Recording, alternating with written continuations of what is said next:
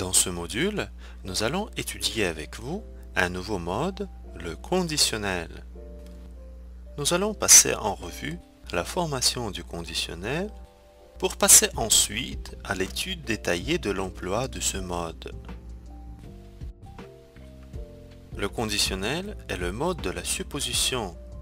Il exprime d'ordinaire un fait possible, une action éventuelle dont la réalisation dépend d'une condition exprimée ou non. Le mode conditionnel comprend deux temps, le conditionnel présent et le conditionnel passé. Passons tout d'abord au conditionnel présent et sa formation. Le conditionnel présent se forme avec le même radical que le futur simple, plus les terminaisons de l'imparfait AIS, AIS, AIT, IONS, IEZ, AIENT. Donc il s'agit des mêmes formes verbales que dans le futur simple. Nous gardons les mêmes changements orthographiques aussi que les mêmes formes irrégulières. Conjuguons ensemble quelques verbes au conditionnel présent. Parler.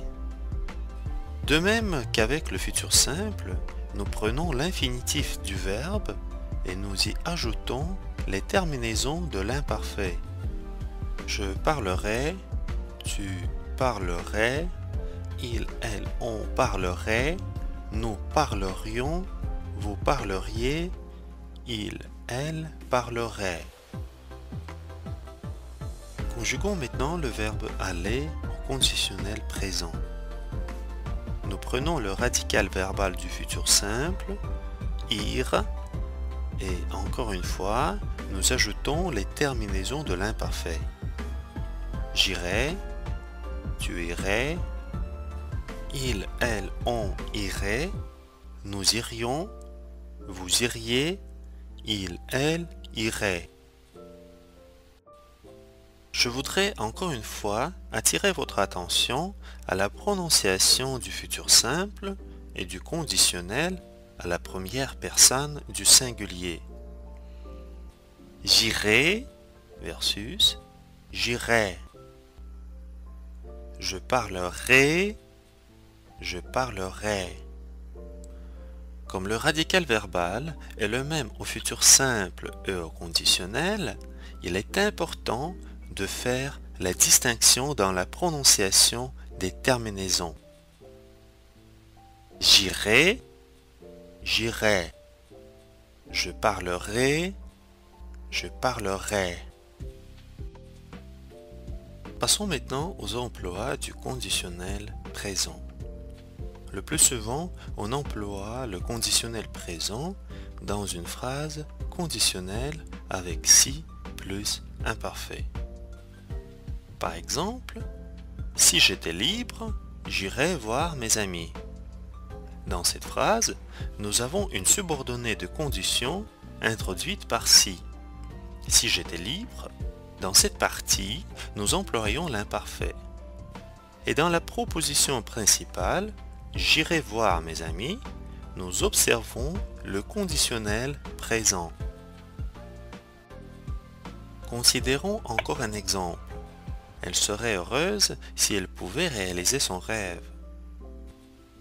Notez que la phrase peut commencer et par la proposition avec si et par la proposition avec conditionnel. Bon, c'est le cas dans cet exemple. Elle serait heureuse, la proposition principale avec conditionnel présent. Si elle pouvait réaliser son rêve, la proposition subordonnée avec si et l'imparfait.